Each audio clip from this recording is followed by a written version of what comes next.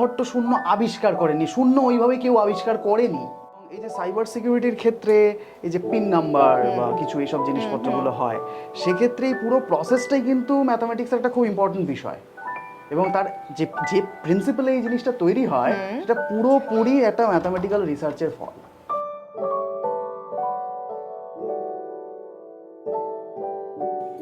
নমস্কার, আমি অলিভিয়া। আপনারা দেখছেন খবর দেবর প্রেজেন্স গ্লাস অফ গসিপ এবং আমার সঙ্গে আজকে স্টুডিওতে উপস্থিত আছেন গুরুদাস কলেজের ম্যাথসের প্রফেসর শ্রী দীপঙ্কর দে। নমস্কার দাদা। নমস্কার। ম্যাথস নামটাই একটা ভয়ঙ্কর শব্দ, একটা হেভি ওয়েট শব্দ। এবং সত্যি কথা বলতে কি দাদা, আমার বলতে কোনো দ্বিধা নেই, আমি চিরকাল অঙ্ককে ভয় পেয়ে এসেছি। শুধু ভয় পাওয়া কথা বললে ভুল হবে, মানে চিরকাল ফেল করে এসেছি। মানে আমার টিচার্সরা এবং আমার ক্লাসমেটরা সেটা খুব ভালো করেই জানে। বলেন ওই আপনার টাইম আয়েগা, মানে মেরা টাইম আ গেয়া। মানে সত্যি কথা বলতে মানে ঘটনাচক্রে আজকে আমি এবং আমার উল্টো দিকে ম্যাথসের প্রফেসর হয়ে আপনি বসে রয়েছেন, এবং আমি আজকে আলোচনা করতে চলেছি অঙ্ক নিয়ে এবং তার সমাধান নিয়ে। মানে এটাও একটা আমার কাছে বড় সারপ্রাইজিং বিষয় যে অঙ্কে ভয় পেয়ে আসা মেয়েটা আজকে অঙ্ক নিয়ে প্রশ্ন করবে এবং জানবে এবং জানাবে আপনাদেরকে তার অনেক অনেক সমাধান।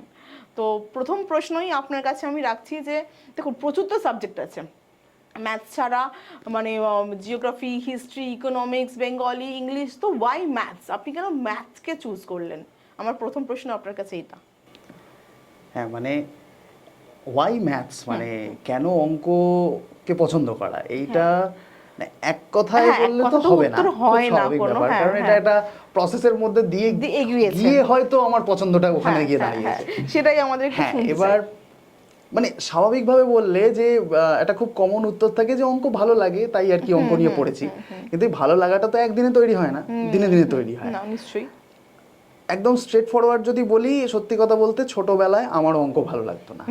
হ্যাঁ, এটা বেশ অনেস্ট কনফেশন। একদম একদম মানে আমার ছোটবেলায়, মানে ছোটবেলা মানে আমি বলতে পারি ক্লাস 1 থেকে ক্লাস 10, এই যে সময়টা, মানে যখন কেউ অঙ্ক শেখে, এই সময়টায় আমার অঙ্ক শিখিয়েছেন আমার বাবা। আচ্ছা, আমার বাবা আমাকে শিখিয়েছে, এবং এই সূত্রে আমি বলে রাখি আমার বাবা আমাকে বেধড়ক পিটিয়েছে। কেন পিটিয়েছে জানি না, কিন্তু বেধড়ক মেরেছে, কারণ আমি অঙ্ক পারতাম না।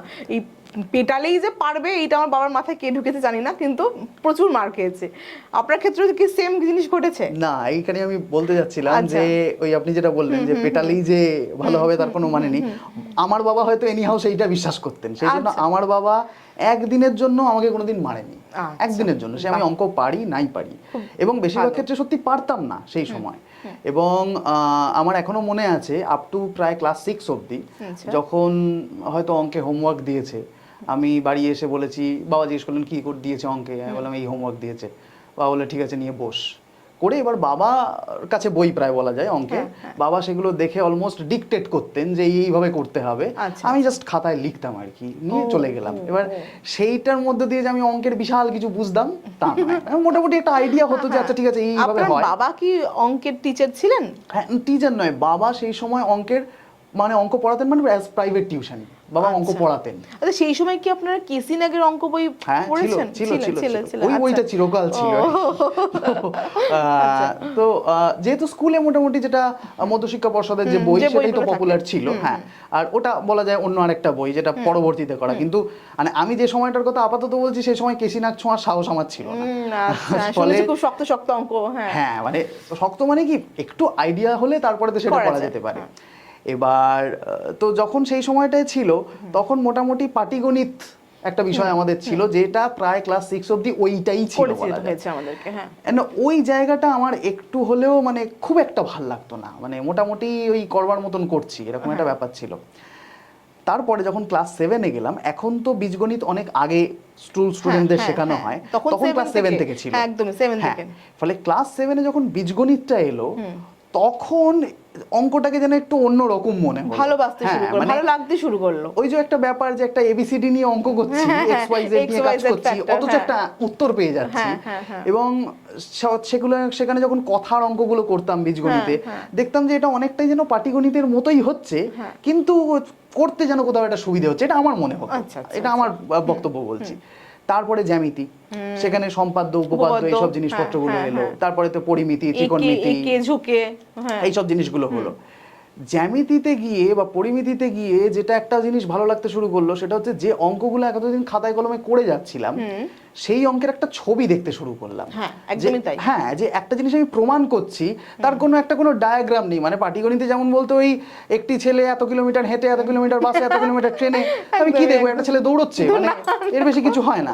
কিন্তু যখন এরকম একটা উপপাদ্য বা সম্পাদ্য প্রমাণ করছি, আমি একটা ছবি তৈরি করছি এবং সেই ছবিটা আমার কাছে অঙ্কের কিছু জিনিস বলে দিচ্ছে। এই জায়গাটা আমার ভীষণ ভালো লাগতে শুরু করলো। এবং সেই সময় স্কুলে আমাদের যে টিচাররা পড়িয়েছেন, মানে আমি এটা ক্লাস 10 অবধি বলছি, আমাদের যিনি হেড স্যার ছিলেন তিনি অঙ্কের শিক্ষক ছিলেন, তার আগে যিনি টিচার ইনচার্জ ছিলেন তিনিও অঙ্কের শিক্ষক ছিলেন। ফলে আমি তাদের কাছেই পড়েছি এবং অন্যান্য যে টিচাররা তাদের কাছে, কারণ আমি কোনোদিন প্রাইভেট টিউশন পড়িনি সেই সময়।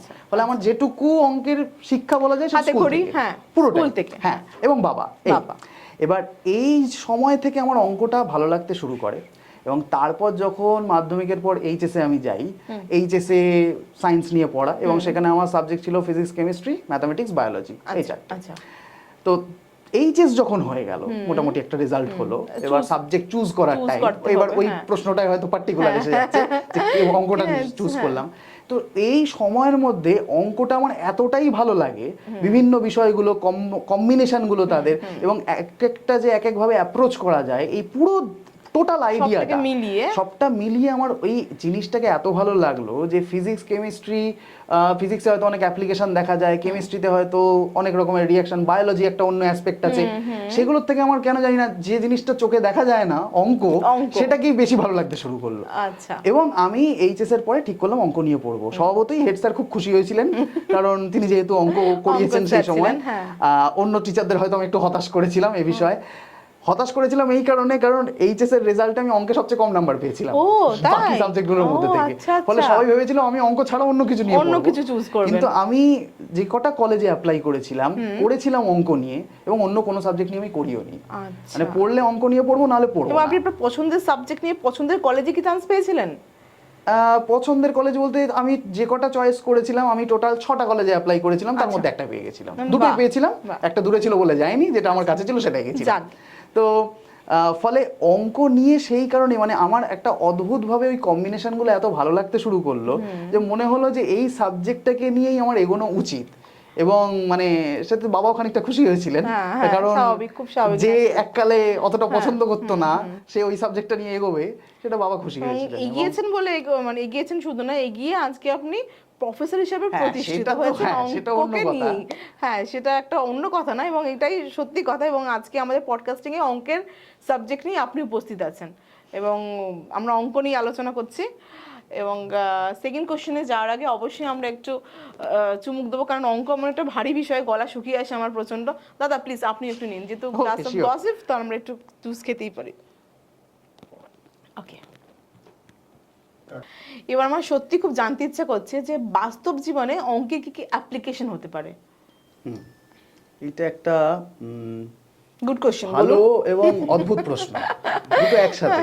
কারণ হচ্ছে মানে কলেজেও পড়ানোর সময় কিন্তু এরকম দেখি যে হয়তো পড়াচ্ছি একটা টপিক, হয়তো কোনো সেমেস্টারে পড়ানো শেষ করলাম, কিছু স্টুডেন্ট বোঝে, কিছু স্টুডেন্ট বোঝে না।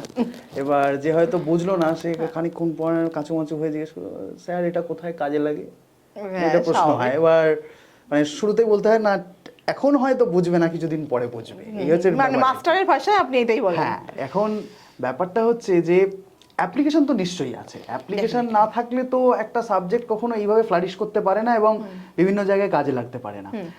কি হয় ব্যাপারটা, সাপোজ আমি যদি কোনো একটা বিষয়ের এক্সাম্পল হিসেবে নিই, ফিজিক্স এমন একটা বিষয় যেটার প্রত্যেকটা ক্ষেত্রের অ্যাপ্লিকেশন আমরা চোখের সামনে দেখতে পাচ্ছি।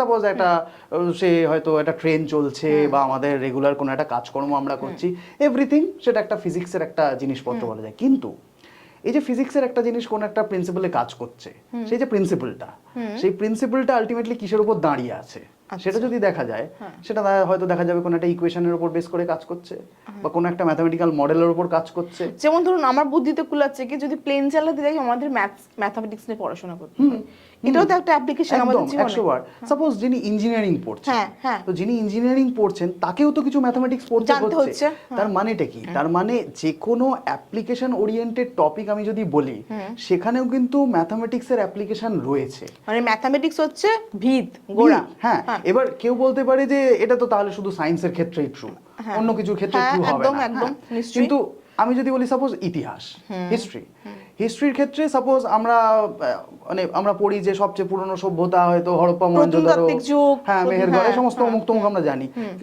ইতিহাস বই বলবে যে হয়তো সেটা 7000 বছর আগেকার সভ্যতা। কোত্থেকে পেলাম আমরা সেটা? হ্যাঁ, এই সংখ্যাটা এলো কোত্থেকে? তো এই যে 7000, তো ওই যে কার্বন ডেটিং আমরা জানি এই সমস্ত করা হয়। তো সেই যে কার্বন ডেটিং এর যে ক্যালকুলেশন পদ্ধতি, সেখানে শুধু অঙ্ক নেই, সেখানে কেমিস্ট্রি আছে, সেখানে ফিজিক্স আছে, সেখানে অঙ্ক আছে। তার মানে হয়তো আমরা ইতিহাস পড়ছি কিন্তু তার যে অ্যানালাইজ করার ব্যাপারটা, সেটা আমি ভূগোলে বলতে পারি, আমি ইকোনমিক্সে তো আছেই, ইনফ্যাক্ট সোশিওলজিতে কেউ যখন একটা আমরা কোনো সামাজিক তত্ত্ব বা একটা সোশিওলজিক্যাল ফ্যাক্টস বা ডেটা যখন আমাদের সামনে আসছে, সেই যে ডেটা কালেকশন, তার যে স্ট্রাকচার, সেটা তো basically statistics which is a part of mathematics.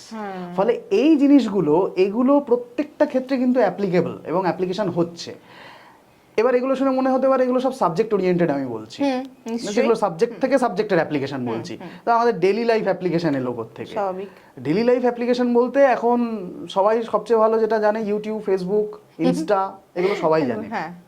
একটা ছোট্ট এক্সাম্পল দিচ্ছি, ইউটিউবে আমরা যখন কোনো কিছু সার্চ করি বা ফেসবুকে যখন কোনো কিছু আমাদের লিস্ট থাকে, আপনি দেখবেন যখন আমরা ওর মধ্যে আবার ঢুকি, আমাদের একটা ফ্রেন্ড সাজেশন বলে বেশ কিছু জিনিস আসে। অবশ্যই ফ্রেন্ড সাজেশন চলে আসে। এবং ইউটিউবে আমি যা সার্চ করেছি সেই রিলেটেড সাজেশন, হ্যাঁ, কমন সাজেশনগুলো আমাদের আসতে থাকে। হ্যাঁ, সেম জিনিসগুলো। কে জানালো? আমরা এআই দিয়ে চালিয়ে দিই, সব এআই। হ্যাঁ, সব এআই এর কামাল। এখন এআই কথাটা তো নতুন নতুন আমরা শিখেছি, আর নতুন আমরা যা শিখি আমরা প্রচন্ড পরিমাণে ব্যবহার করতে শুরু করি। অবশ্যই অবশ্যই, একদম ঠিক কথা। হ্যাঁ, এবার এই যে সর্টিং, এই যে চয়েস, এই জিনিসপত্রগুলো, এইগুলো কিন্তু বেসিক ম্যাথমেটিক্যাল থিওরি, আর কিচ্ছু নয়। ম্যাথমেটিক্সের একটা ব্রাঞ্চ আছে যে ব্রাঞ্চটা অ্যাকচুয়ালি ডিল করে এই জিনিসগুলোকে নিয়ে, যে কি করে এই চয়েসগুলোকে করা যায়। আমি আরো একটা সিম্পল এক্সাম্পল, সিম্পল নয়, কমপ্লেক্স এক্সাম্পল বলা যেতে পারে। এই যে রেলের যে সিস্টেম, নেটওয়ার্কিং সিস্টেম, মানে আমরা জানি যে কোনো প্ল্যাটফর্ম যখন আমরা দেখি সেখানে হয়তো একসাথে 20-25টা প্ল্যাটফর্ম রয়েছে, মানে 20-25টা লাইন রয়েছে। কিন্তু যখন স্টেশন থেকে আমরা ছেড়ে একটু বেরিয়ে যাই, লাইন কিন্তু 20-25টা নেই, ওভারল্যাপিং রয়েছে। তাহলে সেই ওভারল্যাপিংটা যখন, তাহলে সেটাকে তো মেনটেন করতে হবে প্রপারলি। তাহলে সেই প্রপার মেনটেনেন্সটা কিভাবে হচ্ছে, ইন্টারলকিং সিস্টেমটা কিভাবে হচ্ছে, একদম। ফলে এটার জন্য একদম সেপারেট থিওরি রয়েছে, মানে যেটার উপর বেস করে ওই কাজটা করা হয়। বা ধরুন কম্পিউটারে আমরা এখন কম্পিউটার ছাড়া অলমোস্ট আমাদের কোনো কাজ হয় না। ফলে কম্পিউটার হোক, মোবাইল হোক, যাই হোক, তো তার যে বেসিক প্রিন্সিপাল, সেই বেসিক প্রিন্সিপালগুলো তো বেসড অন ম্যাথমেটিক্স। যে কোনো প্রোগ্রাম যখন লেখা হচ্ছে একটা কম্পিউটারে, তো তার বেসিক জায়গাটা তো ম্যাথমেটিক্স রয়েছে। ফলে আমাদের যে একটা ওই যে কি কাজে লাগে এই যে ব্যাপারটা, এইটা অনেকটা সুপারফিশিয়াল একটা জায়গায় কাজ করে। মানে আমরা যে জিনিসটা হাতে নিয়ে কাজ করছি, আমরা দেখতে চাই সেখানে 1+2 = 3টা কোথায় কাজে লাগছে, কিন্তু সেই 1+2 3টা অ্যাকচুয়ালি যে জায়গায় বসে আছে সেখানটা আমরা দেখছি না, কিন্তু আমরা তার অনেক পরের জায়গাটা দেখছি। সেই জন্য আমরা অ্যাজ সাচ ওইটা ডিরেক্ট একটা জিনিস অ্যাপ্লিকেশন কি সেটা আমি ওই একটা স্টুডেন্টকে বোঝাতে পারছি না, কারণ তুমি ওই গোড়ার জিনিসটায় দাঁড়িয়ে আছো। সে যদি সেই অ্যাপ্লিকেশনের জায়গাটা এসে পৌঁছয়, সে নিজেই দেখতে পাবে তার অ্যাপ্লিকেশনটা কোন জায়গায় রয়েছে।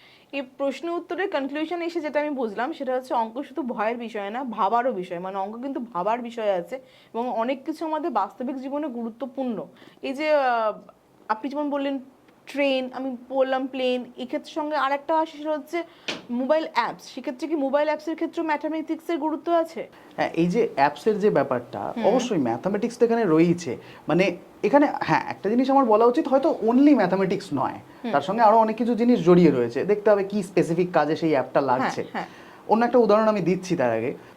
এই যে প্রোগ্রামিং, এই প্রোগ্রামিং এর ব্যাপারটাও তো ultimately it's a mathematical language. ফলে এই যে প্রোগ্রামিং তো ম্যাথামেটিক্সের একটা পার্ট, এবং সেটার মাধ্যমে এই জিনিসগুলো ডেভেলপ হচ্ছে। এবং এখানে আমি একটা জিনিস ইন পার্টিকুলার অ্যাড করতে চাই, যে এখন একটা খুব বার্নিং টপিক হচ্ছে সাইবার সিকিউরিটি। হ্যাঁ হ্যাঁ, ভীষণভাবে ইম্পর্টেন্ট। এবং এই যে সাইবার সিকিউরিটির ক্ষেত্রে এই যে পিন নাম্বার বা কিছু এইসব জিনিসপত্রগুলো হয়, সেক্ষেত্রে এই পুরো প্রসেসটাই কিন্তু ম্যাথামেটিক্সের একটা খুব ইম্পর্টেন্ট বিষয়। এবং তার যে প্রিন্সিপালে এই জিনিসটা তৈরি হয়, সেটা পুরোপুরি একটা ম্যাথামেটিক্যাল রিসার্চের ফল। পুরোপুরি। আচ্ছা আচ্ছা এবং ইনফ্যাক্ট আমরা বইয়ের ক্ষেত্রে ওই যে আইএসবিএন কোড দেখি, হ্যাঁ হ্যাঁ বইয়ে আইএসবিএন কোড থাকে, হ্যাঁ অবশ্যই, যেটা ছাড়া বই রিলিজ করা যায় না। হ্যাঁ, আবার আমি আরেকটা খুব বলতে পারি, যেটা হচ্ছে আধার কার্ড। আধার কার্ডে একটা নাম্বার থাকে, তো আমাদের আধার নাম্বার ইনপুট করতে হয়, প্যান নাম্বার ইনপুট করতে হয়। এবার ধরুন আধার কার্ড আমরা নাম্বার ইনপুট করছি, অনেক সময় দেখবেন আপনি নিজের ইচ্ছে মতো 12টা ডিজিট বসিয়ে দিলেন, দেওয়ার পর বলে দিস ইজ ইনভ্যালিড নাম্বার। হ্যাঁ, তো সিস্টেম জানছে কি করে ওটা ইনভ্যালিড? সেই তো কারণ তার কাছে তো জাস্ট 12টা ডিজিট মানে একটা আধার নাম্বার হওয়া হ্যাঁ উচিত। হ্যাঁ, আর এই তো এই ডিজিটের উপরই তো আমাদের ভারতে এত নাগরিক, তার সব প্রত্যেকের আধার কার্ডের নাম্বারটা এই ডিজিটের উপরই চলছে। একদম। তাই তো। তাহলে ও বুঝছে এটা কি করে? তাহলে একটা কোনো ব্যাকগ্রাউন্ডে কিছু তো কাজ করছে। হ্যাঁ, যে বেসিক্যালি এই যে আধার নাম্বার জেনারেট হয়, এটা কোনো র্যান্ডম নাম্বার নয়। আচ্ছা, এটা একটা পার্টিকুলার সিস্টেমের থ্রু দিয়ে জেনারেট হয়, ও। এবং তার একটা অ্যালগরিদম আছে। ও সেই অ্যালগরিদম স্যাটিসফাই করছে কিনা সেইটা মেশিন চেক করে। আচ্ছা, যে সেখানেও যে নাম্বারগুলো একদম যে নাম্বারগুলো ওটা স্যাটিসফাই করবে সেগুলোই ভ্যালিড আধার নাম্বার, এবং সেগুলোই ইস্যু করা হয়। ও, ফলে যে কোনো জায়গার যে কোনো নাম্বার, সে যে কোনো কার্ড নাম্বার হতে পারে, আধার নাম্বার হতে পারে, আইএসবিএন নাম্বার হতে পারে, প্রত্যেকটা নাম্বার কোনোদিন র্যান্ডামলি জেনারেটেড নাম্বার নয়। প্রত্যেকটার ব্যাকগ্রাউন্ডে একটা কোনো ম্যাথামেটিক্যাল টুল আছে যেটা কাজ করছে। আপনার তো অঙ্ককে ভালো লাগে, এতক্ষণে পরিষ্কার হয়ে গেছে আমার কাছে। আপনি অনেক ট্রিক্সও জানেন, আমি ধরে নিচ্ছি। তো আমার মতো না এরকম অনেক ছেলেমেয়েরা আছে, এখনো আছে, আগেও ছিল, এখনো আছে, আগামী দিনেও থাকবে, তারা অঙ্ককে দু চোখে দেখতে পায় না, মানে ভালোই লাগে না, জাস্ট মানে সাবজেক্টে আছে, পড়তে হয়, ভাবে মাধ্যমিকটা দেবো, কবে অঙ্কের পাঠ চুকাবো। তো তাদের না ভালো লাগার কারণটা আমাকে একটু বলবেন? মানে আমি আমারটা বলতেই পারি, কিন্তু অঙ্কের যেই ভয়ের কারণটা কি? আবার উল্টো দিক থেকে ধরলে কিছু কিছু ছেলে মেয়ে অঙ্ককে প্রচন্ড ভালোবাসে। আপনার তো ভালোবাসাটা আস্তে আস্তে তৈরি হয়েছে। কিছু কিছু মানুষ আছে অঙ্ককে প্রথম থেকে ভালোবাসতে শুরু করে, আর কিছু কিছু ছেলে মেয়ে আছে অঙ্ককে প্রথম থেকে ভয় পেতে শুরু করে। কেন? এই দুজনের মানে পার্সপেক্টিভটা আলাদা কেন? আপনি কিভাবে এটাকে দেখেন? মানে অঙ্ককে ভয় কেন পায়, বা ভয় পাওয়ার কারণ কি, এই প্রশ্নটা মনে হয় যে কোনো অঙ্কের টিচারকে যুগ যুগান্ত ধরে ফেস করতে হবে। নিশ্চয়ই। হ্যাঁ, কারণ আজকেও আপনাকে পেয়েছি আমি এই প্রশ্নটা, সেটাই বলছি যে মানে এই প্রশ্নটা সবাইকে চিরকাল ফেস করতে হবে যারা অঙ্কের টিচার। আগে বলুন কেন ভয় পায়, তারপরে ভালো লাগাটা জানছি। হ্যাঁ, এই ভয় পাওয়ার ব্যাপারটা না, মানে আমি জানি না, আমি আমার অ্যাসপেক্ট থেকে বলছি জিনিসটা। এই ভয় পাওয়ার ব্যাপারটা না, কিছুটা বলবো, ভয় তো কেউ জন্ম থেকে পায় না। না, ভয় একটা জিনিস বা ভালো লাগা একটা জিনিস, এগুলো তৈরি হয়। নিশ্চয়ই, ভীষণ খাঁটি কথা। সেই ছোটবেলায় সেই আমাদের জুজুর ভয় দেখিয়ে, জুজু নামটা শুনলেই আমরা ভয় পেয়ে যাই। মানে আদৌ সে আছে কি নেই সেসব আমরা জানি না, কিন্তু আমাদের বলা হয়েছে জুজু এসে নিয়ে যাবে। আমার ক্ষেত্রে যেটা ঘটেছে, ছোট করে বলে রাখি, আমাকে যে অঙ্ক করাতে আসতেন, তো একজন ভদ্রলোক, তো কি করতেন উনি, নিজে অঙ্ককে খাতায় করে নিয়ে আসতেন, এবং কি বলতেন, এই খাতাটা দেখে তুমি তোমার খাতায় টুকে নাও। আমি না ওই বেসিক্যালি মুখস্থ করা জিনিসটাকে শুরু করেছিলাম। এবার যে মুখস্থ করতাম, পরীক্ষায় কি হতো, পাটিগণিতের ক্ষেত্রে কি হতো, যখন আমি পাটিগণিত পড়তাম বা ক্লাস 7 এর আগে পর্যন্ত, ওই যে একটু নাম্বার পাল্টে দিত, ওই তপনের জায়গায় বরুণ করে দিত, সেই সব আমার গুলিয়ে যেত। ব্যাস, তখন তো আমার তো নাম মেলেনি, নম্বর মেলেনি, আর এবার এটা তো আমি করিনি, মানে এটা আমি পারবো না। আমার ক্ষেত্রে ব্যাস মুখস্থ, আর ওই সিস্টেমটা মুখস্থ করতে করতে জীবনে বুঝিনি। অঙ্কটা তো ভীষণভাবে বোঝার সাবজেক্ট, এখন আমি সেটা বুঝি। আর ওই ক্ষেত্রে আমার মনে হয় আমার ভীতিটা ওখান থেকে তৈরি হয়েছিল এবং জীবনে যায়নি। এইটাই হচ্ছে ব্যাপার, ভীতি তৈরি হয়। ভীতি কেউ ইনহেরেন্ট না না না, মানে ইনব্রন নয়। একটা যেটা খুব, মানে আমি জানি না এটাকে আনফরচুনেট বলা উচিত নাকি অন্য কিছু বলা উচিত। আমি মানে কলেজে জয়েন করার আগে আমি তো সেই সময় প্রাইভেট টিউশনই পড়াতাম, প্রচুর পড়াতাম, এবং এরকম কিছু জায়গায় আমি পেয়েছি, মানে অনেক জায়গাতেই রাদার পেয়েছি, যেখানে হয়তো প্রথম দিন আমি গেছি, আমার সঙ্গে গার্জেনের কথা হচ্ছে, স্টুডেন্টও সেখানে বসে রয়েছে, তো সেখানে গার্জেন বলছে যে বুঝলেন ও না ঠিক অঙ্কটা ঠিক করতে পারে না, মানে অঙ্কটায় ভয় পায়, আমরাও বুঝতে পারছেন, এত শক্ত সাবজেক্ট, ঠিক মানে বুঝে উঠতে পারি না, এত শক্ত, আপনি একটু দেখান। এইটা হচ্ছে প্রথম স্টেপ একটা স্টুডেন্টের মাথায় ঢোকানো যে অঙ্কটা শক্ত।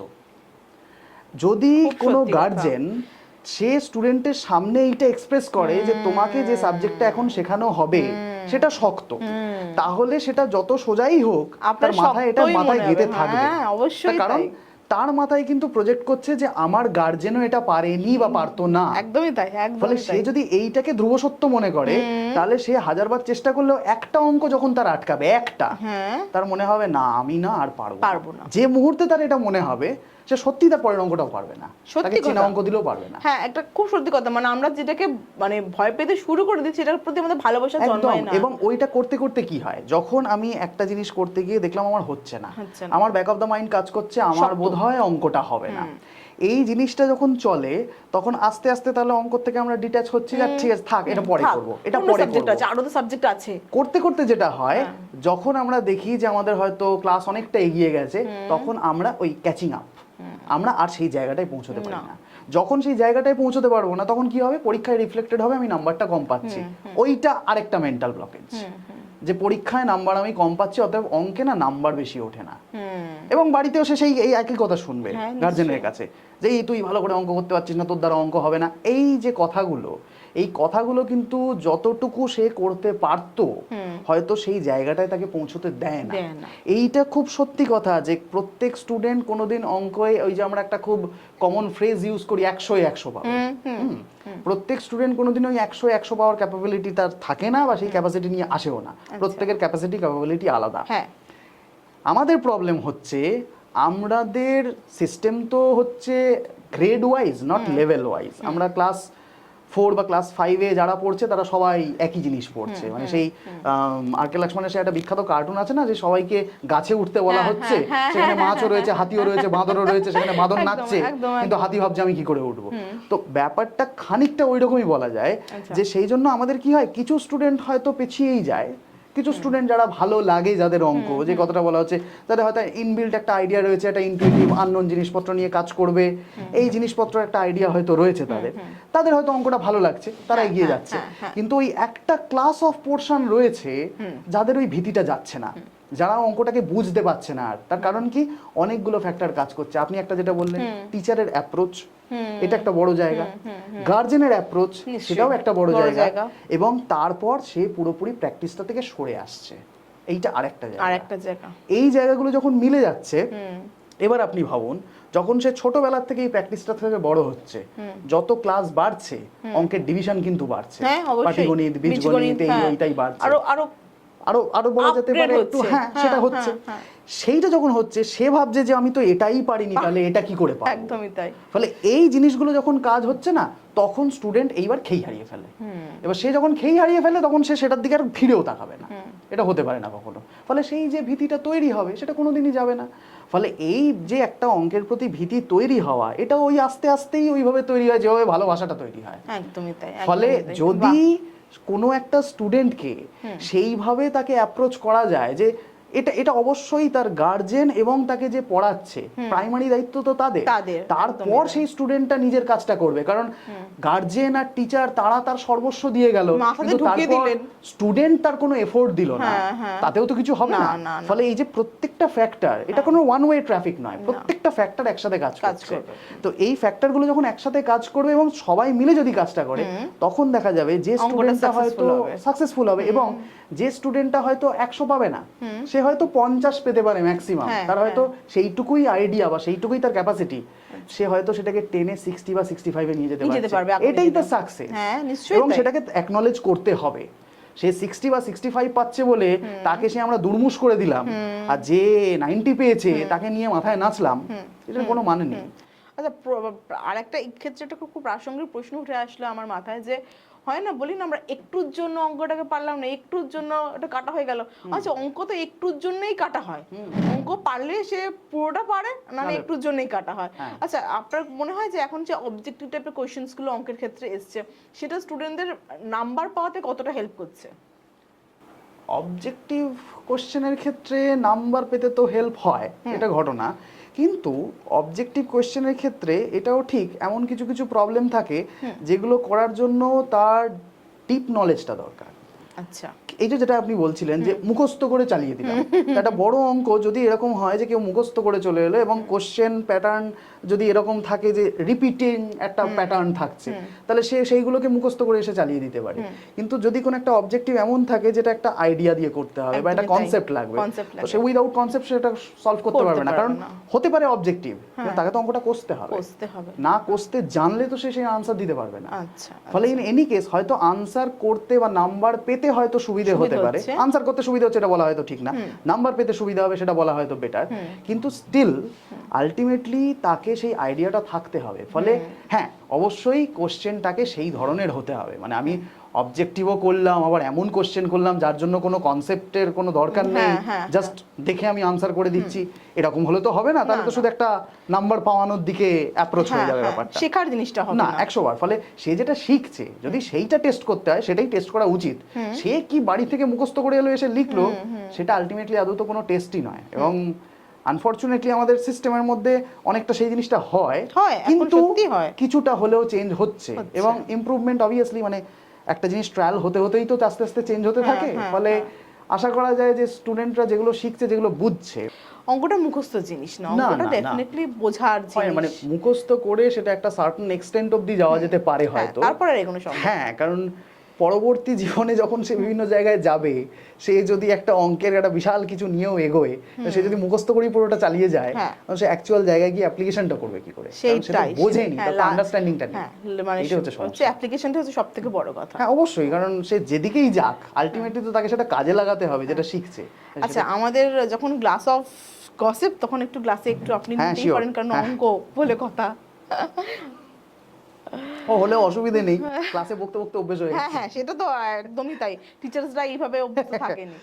আচ্ছা, এখন তো অনেক টেকনিক এসছে, যেটা হচ্ছে ভেদিক ম্যাথ, অ্যাবাকাস, যেগুলো হয়তো আপনার আমার সময় থাকলেও হয়তো এতটা ছিল না। এখন সন্ধ্যেবেলা বাচ্চারা হচ্ছে এটা অ্যাবাকাসে যাচ্ছে, হ্যাঁ শিখতে যাচ্ছে, আলাদা করে টিউশন নিচ্ছে। আমার এই ক্ষেত্রে দুটো প্রশ্ন, বড় অঙ্ক শেখার ক্ষেত্রে কি অ্যাবাকাস, ভেদিক ম্যাথটা হেল্প করে, সত্যি করে? সেকেন্ড কোয়েশ্চেন হচ্ছে, এগুলো শিখে কি সত্যি উপকৃত হবে বাচ্চারা আগামী দিনে? এগুলো শিখে কি সত্যি প্ল্যান কিছু এগোবে বাচ্চাদের অঙ্কের ক্ষেত্রে? কি মনে হয় এই ক্ষেত্রে আপনার? হ্যাঁ, এই যে ব্যাপারটা, মানে ভেদিক ম্যাথস বা অ্যাবাকাস, এই যে জিনিসগুলো একটা একটা করে বলি, মানে ধারণা যেটা হচ্ছে অ্যাবাকাস যে জিনিসটা, যে ছেলেমেয়েরা আলাদা করে শিখতে যাচ্ছে, বেসিক্যালি তারা কি শিখছে? যদি আমরা দেখি, অ্যাবাকাস হচ্ছে জাস্ট কিছুই না, একটা ক্যালকুলেশন সিস্টেম, মানে আমরা যেরকম ক্যালকুলেটরে ক্যালকুলেট করি সেটা করলে তাড়াতাড়ি হয়, সেই রকম অ্যাবাকাসও একটা পদ্ধতি, এটার সাহায্যে যে মেন্টাল ম্যাথস বলে আমরা যেটাকে বলি আর কি, যে চটপট ক্যালকুলেট করে ফেললাম একটা, মানে একটা 5 ডিজিটের সংখ্যার সঙ্গে একটা 4 ডিজিটের সংখ্যা গুণ করতে হবে, তাহলে সেটা আমরা খাতা কলম ছাড়া করা আমাদের পক্ষে মুশকিল। যেমন নামতা, টাইম টেবিল আমরা ভাবে মুখস্থ করতাম। হ্যাঁ, এবার এই যে নামটা মুখস্থ করা, এখানে একটা কথা বলি যে আমাদের যেমন ছোটবেলায় সে একদম সেই জোর করে বা ধরে বেঁধে বলা হতো নামটা মুখস্থ করতে হবে, সে 1 থেকে 20 কত্তার হিসেব নেই। প্রশ্ন হচ্ছে, ভালো কথা, আমি 1 থেকে 20 অবধি নামটা মুখস্থ করে নিলাম, কিন্তু 21 ঘরের নামটার কি হবে? যদি আমার একটা গুণ আসে 21 নাম, তো তখন কি হবে? মানে এই প্রসঙ্গে আরেকটা কথা বলি, মানে আমার বাবা এদিক থেকে মানে খুব ছিলেন যে নামটা, বাবা হট করে হয়তো জিজ্ঞেস করলেন 7-17 কত হয়, কত হয়, মানে এরকম একটা ব্যাপার আর কি। তো তখন বাবা বলতেন নামটা তুই মুখস্থ করছিস না, মানে এটা বাবার একটা ছিল। আমি বাবাকে এটাই বলতাম যে কি হবে, আমাকে যদি 16 গুণ 19 করে, তাহলে না 16-র নামটা কাজে লাগবে না 19-এর নামটা কাজে লাগবে, আমায় তো আলটিমেটলি করেই দেখতে হবে, তো আমি করে নেবো, তাহলেই হয়ে গেল।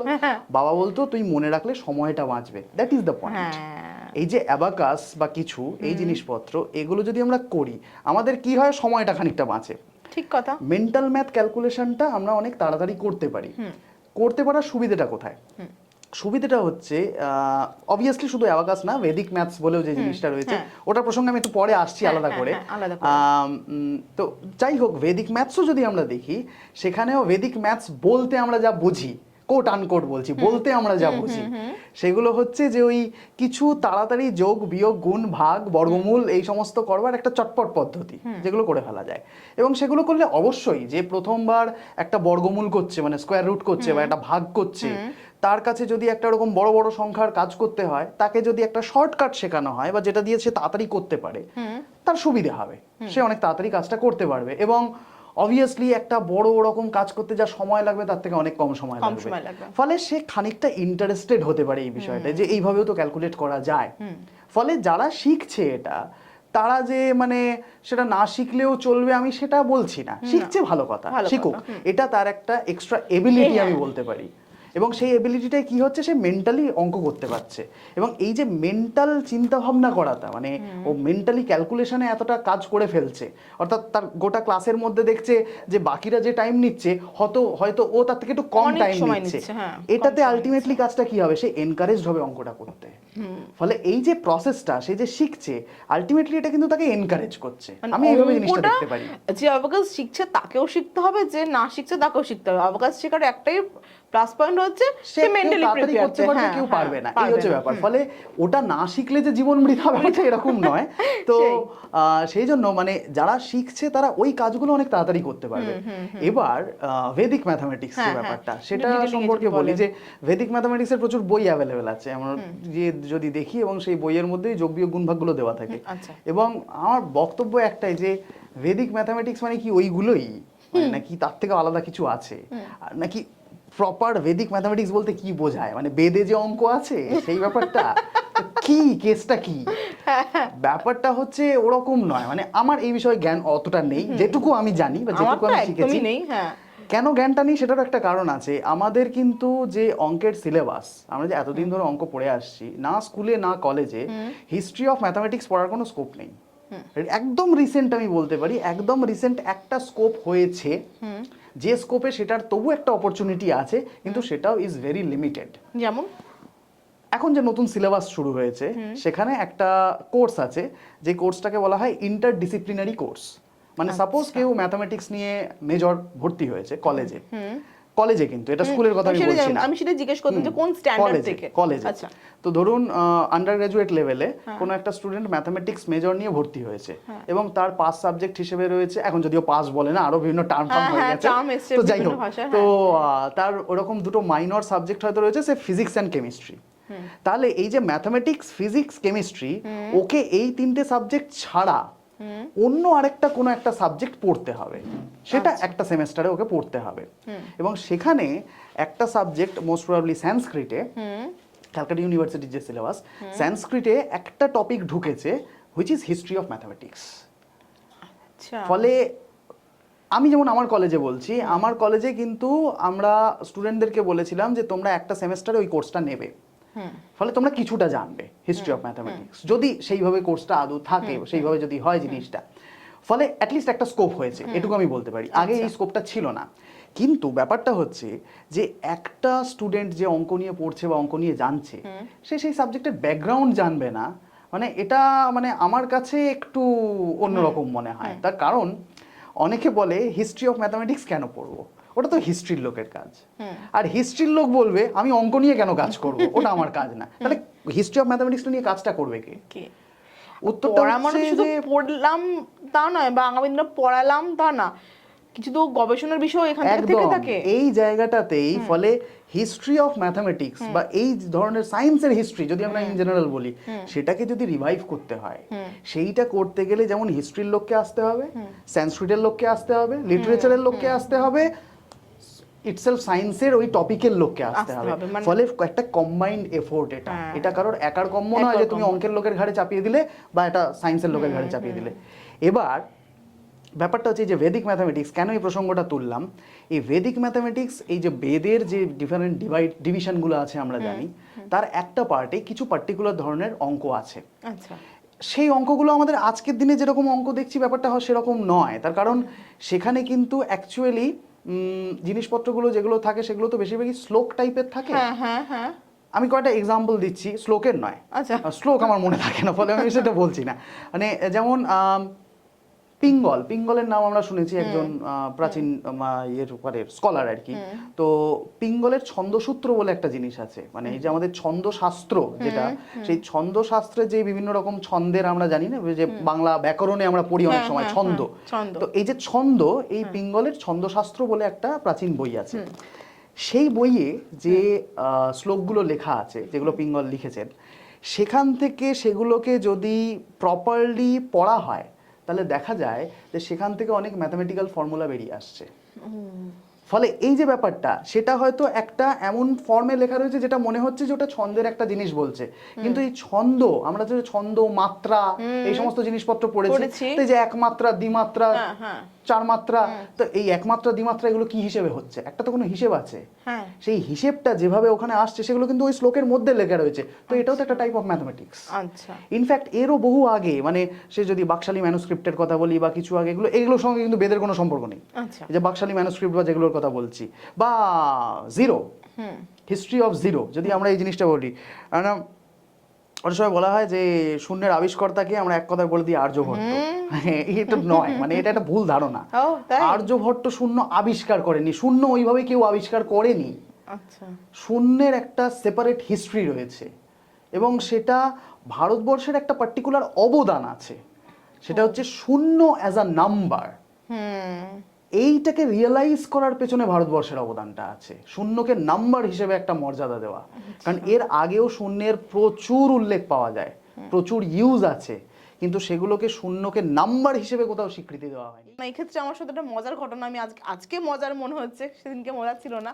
তো কোন ক্লাসটা ঠিক মনে নেই, তবে আমাকে কান ধরে বাইরে রাখা হয়েছিল এবং গার্জেন কল করা হয়েছিল। বাড়িতে আমি বলতে পারিনি যে আমার অঙ্কে ফেল করেছি, তুমি বাড়িতে টিচার দেখেছেন, তুমি চলো। তো সেক্ষেত্রে আমি কান ধরে বাইরে দাঁড়িয়ে রয়েছি। তখন আমি আবার নির্ভয়, আবার ভয় নিয়েও টিচারকে একটা প্রশ্ন করেছিলাম যে আমি কত নাম্বার পেয়েছি আমাকে একটু বলবেন, খাতাটা আমাকে দেখানো হয়নি। তো আমাকে বলেছিল যে একটা থাপ্পড় মারবো, তুই কোনো নাম্বারই পাসনি। মানে আমি যদি জানতাম এই জিরোটাও একটা নাম্বার, আজকে যদি আমার জানা থাকতো সেটা আমি বলতে পারতাম সত্যি জিরোটাও একটা নাম্বার। যাকে বিষয়টা মজার হলো, তখন আমার ওই সময়টা আমার কাছে খুব টাফ ছিল, সেদিন কাটিয়ে এসেছি। কিন্তু আজকে একটা প্রশ্ন কথা না বললেই নয়, আমার মনে হচ্ছে যে আপনার ব্যাখ্যা শুনে যেটা বুঝলাম যে অঙ্কটাকে লজিক মেনটেন করে অঙ্ক করা হয়, এবং অঙ্কের মানুষরা ভীষণ লজিক্যাল হয়। মানে আপনি যে ব্যাখ্যাগুলো দিলেন, আমি কোনোভাবেই সবটাকে উড়িয়ে দিতে পারি না। থ্যাংক ইউ আমাকে এত সুন্দর করে বোঝানোর জন্য এবং প্রত্যেকটা প্রশ্নের এত যথাযথ ব্যাখ্যাগত উত্তর দেওয়ার জন্য। শুনলেন আপনারা অঙ্কের প্রফেসর শ্রী দীপঙ্করদের সমস্ত বক্তব্য। আশা করি উপকৃত হয়েছেন এবং হবেন। এবং আমি তো ভীষণভাবে অনেক কিছু অজানাকে জেনেছি, যেটা আমার আগামী দিনে আমার এগোতে এবং আমার ভবিষ্যৎ প্রজন্মকে এগোতে অনেক সাহায্য করবে। নমস্কার, ধন্যবাদ। এভাবেই পাশে থাকবেন এবং আমাদের সঙ্গে থাকবেন। Thank you so much.